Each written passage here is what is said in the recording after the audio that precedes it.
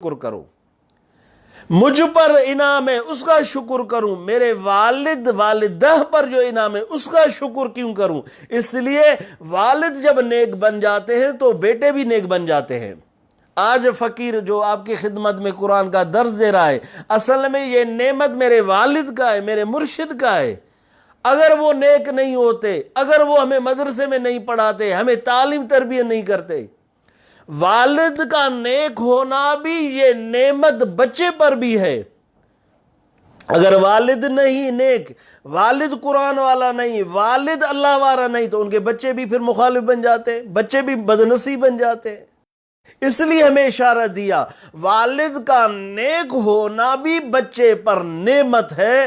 والد اگر ولی اللہ ہے تو دیکھیں ان کے بچے بھی ولی اللہ بن جاتے ہیں، بچے بھی ان کے صدقے کھاتے ہیں، بچے بھی ان کے نور نظر سے درس و تدریس دیتے ہیں۔